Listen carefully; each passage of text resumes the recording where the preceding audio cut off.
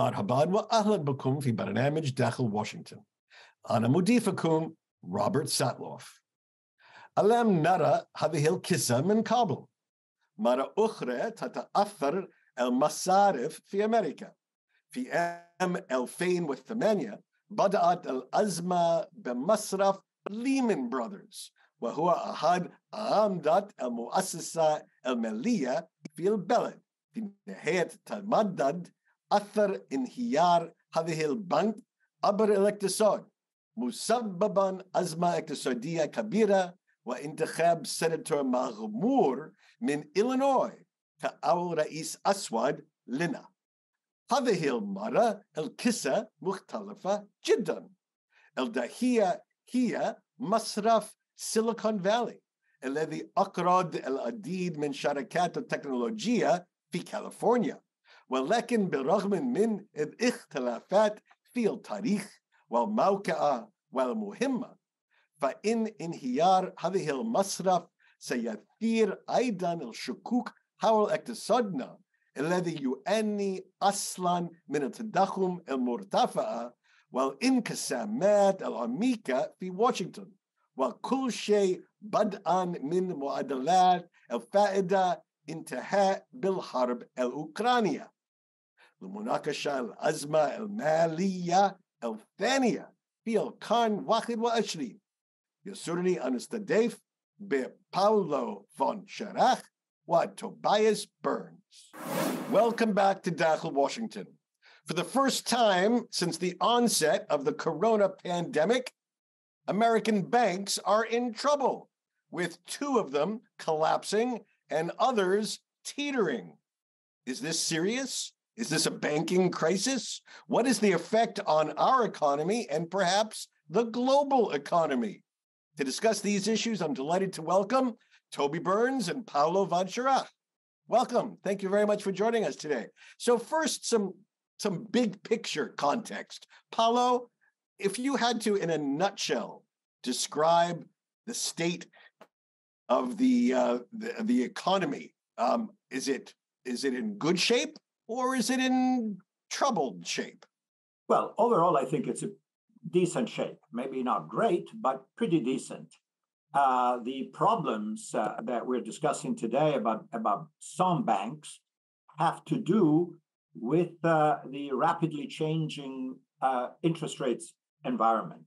We'll get to that probably in more detail. But fundamentally, what got into big trouble, the bank that everybody's talking about, Silicon Valley Bank, is that it had a lot of money deposited by few depositors who happen to be actors in Silicon Valley, big startups, etc. We talk about hundreds of millions of dollars, way above anything that the federal government would protect in case of a bank failure, which is only $250,000.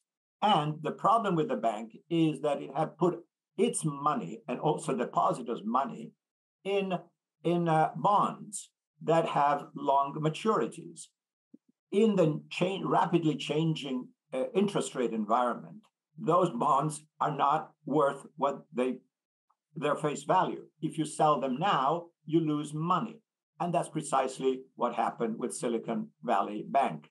They were confronted with depositors taking out money because they had funding crunches, even banal things like meeting payroll, and they took money out, large amounts of it. The bank didn't have it. So it started selling its bonds. The bonds sold at a huge discount and they were bankrupt. It's as simple as that. The question becomes, wait a minute. If it's as simple as that, why didn't they see it before? Why didn't anybody ring alarm bells? What happens to the regulators? Who's supervising whom? That's the question. All right. Let's. We're going to try to unpack some of this. First, Toby, I have another sort of context question first. I'm told that a very small number of banks generally fail almost every year, but there have been no failures in the American banking system since the start of the pandemic, 2021 and 2022. How did we go almost 3 years without any failures? Well, yeah, that's a good question. So, bank failures are a fairly regular occurrence, I suppose, but really the precedent that is being drawn upon here to a large extent is really 2008, because that was really the start of the global financial crisis, which was admittedly on a much larger scale than we've seen with anything regard to the current situation. But we saw legislation passed to save the financial sector there, and we haven't gotten to that level here in the United States. We saw major monetary action from the Federal Reserve during the shutdowns that started the economic shutdowns that took place in the wake of the coronavirus pandemic. But now the stress that Paolo accurately describes, really, that we're seeing in the financial sector, that's bringing in regulatory action on the part of the Federal Reserve and on the part of insurers, the Federal Deposit Insurance Corporation, to rescue the two banks that you mentioned. We've had another bank failure here as well. And there's a parallel situation that's been happening in Europe, too, where we've seen the collapse of a major bank that was taken over by one of its rivals. So again, let's explain to our viewers, why generally do banks collapse? You referred to the story of Silicon Valley, Paolo. But why generally do banks fail? Well, there can be multiple reasons. If we go back to the financial crisis of 2008, was bad investments. They invested heavily in mortgage securities. When those mortgages turned out to be bad mortgages, that is, bad loans that wouldn't work, they lost an enormous amount of money. And so those were essentially bad bets. In the case of the Silicon Valley Bank, it's not bad bets. It's not that they had lent money to a number of unworthy borrowers who went belly up and the bank lost money. No, they put their reserves, their piggy bank inside the bank, if you wish, in instruments which in theory are super safe because they're treasury bonds. And however, what they did not take into account in this particular case, and this may be a problem affecting other smaller banks, is that these instruments lost value in an environment of rapidly rising interest rates, which is what the Fed has started doing about a year ago to combat inflation.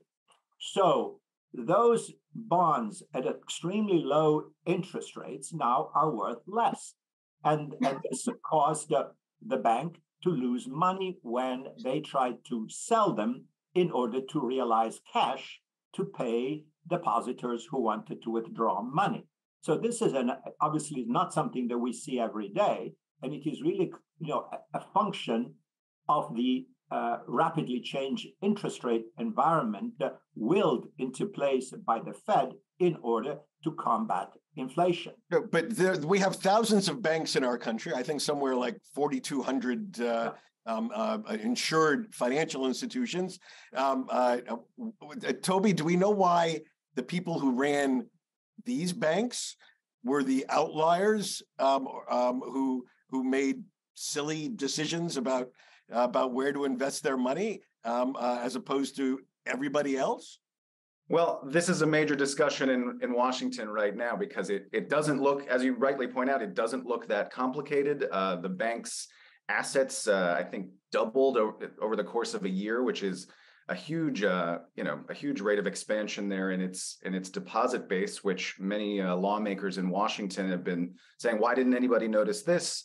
This is not a complicated scenario. And so, the two main political groups in the U.S., the Republicans and the Democrats, are pointing fingers in very different directions here about why these failures happened and why they, as you point out, they shouldn't have happened.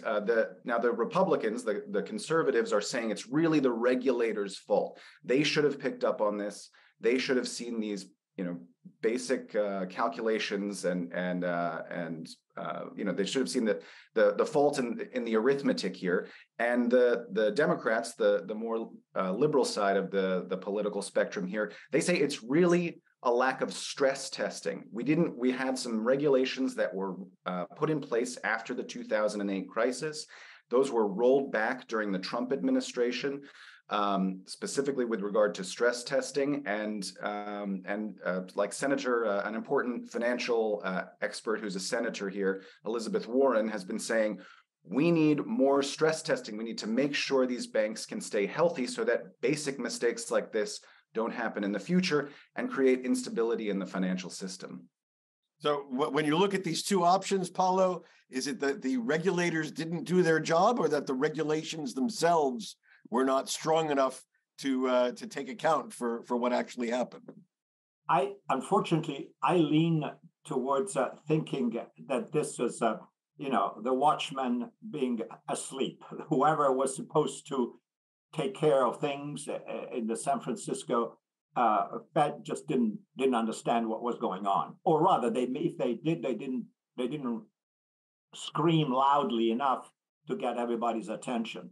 So, and there's another point here that in the whole reform of the banking system subsequent to the huge financial crisis that started in 2008, certain rules were created. But among them, there was no rule that prescribed that medium-sized banks, and this is where Silicon Valley Bank falls into the category, that they were supposed to mark their assets to market, meaning, just not to be too technical, you have to say the stuff you have, how much is it really worth? Not what says on the paper. It says this is a bond that is worth this at this interest rate, because that's true only at maturity. If you keep the bond up to the point in which you can redeem it, you're okay. But since there is a market, and the market has been influenced enormously by the changed interest rate environment, the nominal value of those bonds it doesn't mean anything. What means is, what are they worth if I want to sell them today? And the banks were not obligated to declare that, which is a crazy thing, because they say, oh, this applies only to the big boys, Citibank, Chase, Bank of America, but the small banks, it doesn't matter. Well, it turns out that it does matter. And then the question and the brief panic that we've had is, if Silicon Valley is in this kind of trouble, how many other regional banks of the similar size have the same problem? How many of them have put their money into assets that have lost value? And if you don't know, you sell everything. And if you are especially a big depositor, like many at Silicon Valley Bank who have $300, $400 million, you say, better safe than sorry. Let me take my money out and put it into Chase Bank. Because this way, at least I don't run any risks. All right, when we come back, I'm going to ask Toby, how broad really is this crisis? Are there hundreds of other banks out there that, if we scratch the surface and look deeply at their books, they're really vulnerable and we don't know it yet?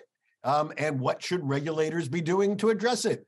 When we come back after this break.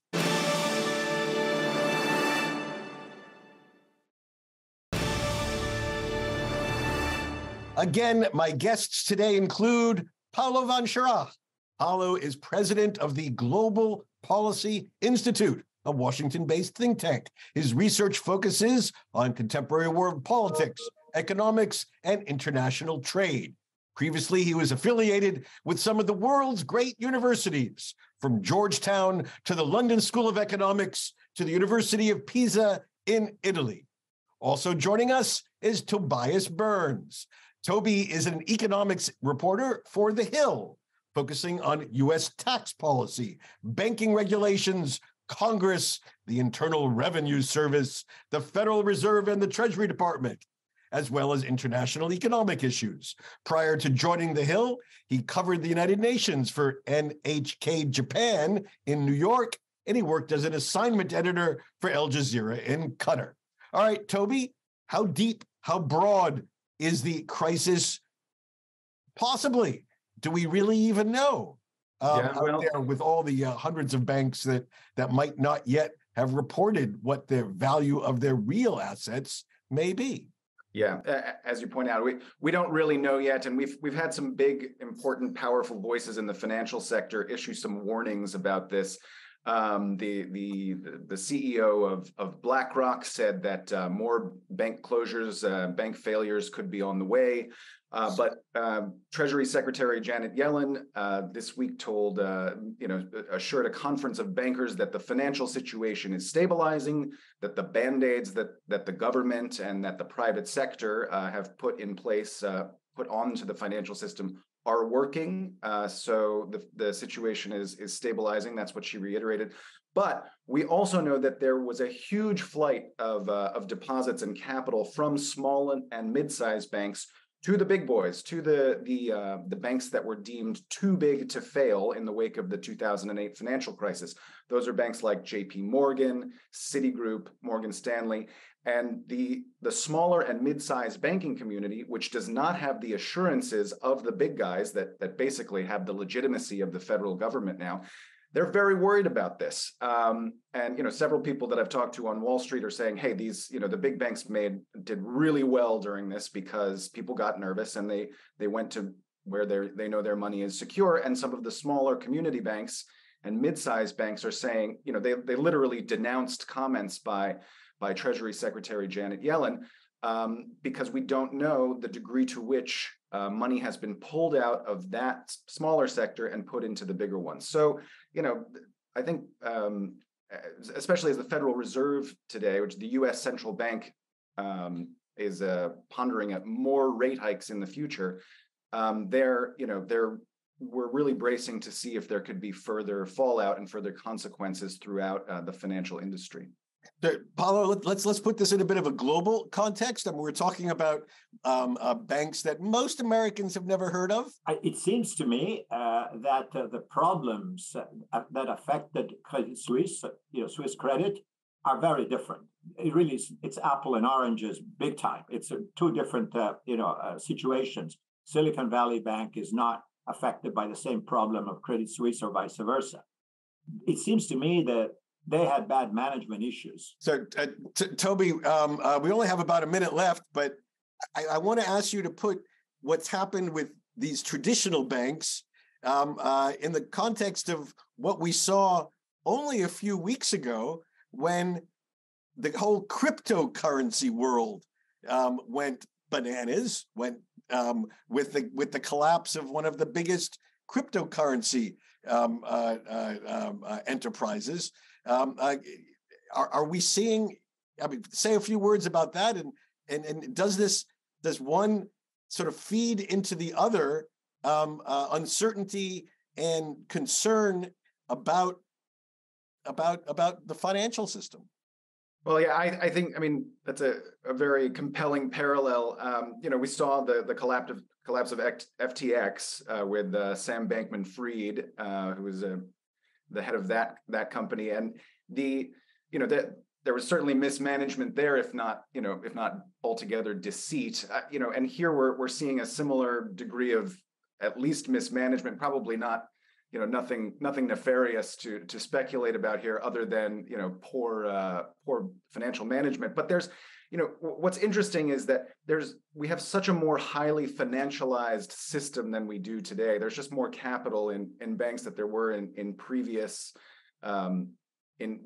eras, and so the discussion really between the discussion is about the relationship between the financial sector and the underlying real economy, which, as Paulo pointed out at the beginning, is pretty healthy. We have good employment levels now. Inflation has been coming down. You've seen people on the lower end of the spectrum in the U.S. actually making more money, something called a compression. So the underlying fundamentals of the economy are still pretty strong. The relationship between that physical economy and the financial sector, I think we're going to see some more serious reconsideration by lawmakers and financiers in the future. All right, I'm afraid we've run out of time. Fascinating, technical, but very important topic. Thank you so much, Paulo and Toby, for helping explain this urgent issue to our viewers abroad. Thank you for joining me on Dakhel Washington. Thank you. Banks like to project strength, solidity, permanence, confidence. That's why they are big and imposing, often with pillars and porticos and daunting steps you have to climb before walking through their equally daunting doors. In fact, most banks are strong, and that image is a real reflection of the strength of the institution. But sometimes banks fail. Rarely, but it happens. Usually in a country with 4,236 banks registered with the Federal Deposit Insurance Corporation, a few fail each year. But the COVID pandemic was good to banks. In the entire United States, the total number of banks that failed in 2021 and 2022 and the first 2 months of 2023 was 0. That record just came to an end with the spectacular collapse of 2 banks, Silicon Valley Bank and Signature Bank, financial institutions that catered to the quirky, risky, creative world of high-tech startups. Now, why do banks fail? There are usually just a small number of reasons. 1, too little liquidity. They lend so much that they don't have enough money on hand to give depositors the cash when the depositors ask for their assets. 2, too much bad debt. Banks make money when the people they lend pay back their loans with interest. But if a bank lends stupidly and it picks clients who can't pay back their loans, banks are often stuck with their bankrupt clients' foreclosed assets, which are usually worth far less than the loan. Or 3, too many hands in the cookie jar. That's an American colloquialism that refers to theft and corruption. All that money sitting around makes for an attractive target, and some banks don't have strong enough procedures to protect their assets, or the people in charge of enforcing those procedures are themselves the thieves. This is where the federal government comes in the form of the Federal Reserve Bank. Most people think of the Fed, as it is known, as the institution that controls our nation's money supply, including the key decision on how high or low to set interest rates. But along with state banking regulators, one of the most important functions of the Federal Reserve is to monitor and regulate banks, to make sure they keep enough cash on hand, to ensure they have access to additional cash when they need it, to check whether the balance sheet is full of bogus or overvalued assets, and more generally, to protect the integrity of a financial system that is run by the world's default currency, the legal tender accepted without question anywhere around the globe, the US dollar. Some things we can take chances on here in America: a new high-tech weapon system, a new format for charging electric cars, a new website to roll out health insurance. But there are some things we can't take chances on, and the integrity of our nation's financial system is high on the list. With the collapse of 2 banks, after such a long period of unblemished growth, that system suffered a shock. But so far, it has proven resilient. We got lucky. We should take advantage of that luck to make sure the protections are in place to ensure that this rare occurrence stays that way, namely rare. If that means strengthening regulation and empowering the regulators even more, so be it. It's a small price to pay to ensure that the image of a strong, stable financial system is based in reality. وصلنا إلى ختام هذه الحلقة من برنامج داخل واشنطن. إن كان لديكم أسئلة أو تعليقات حول البرنامج وبالأخص بشأن تأثير الأزمة المالية على الاقتصاد الأمريكي، تواصلوا معي رجاء عبر تويتر على هاشتاج Inside Washington أو راسلوني مباشرة على الرابط @RobSatloff. إلى اللقاء في الأسبوع القادم. حتى ذلك الحين شكرا وإلى اللقاء.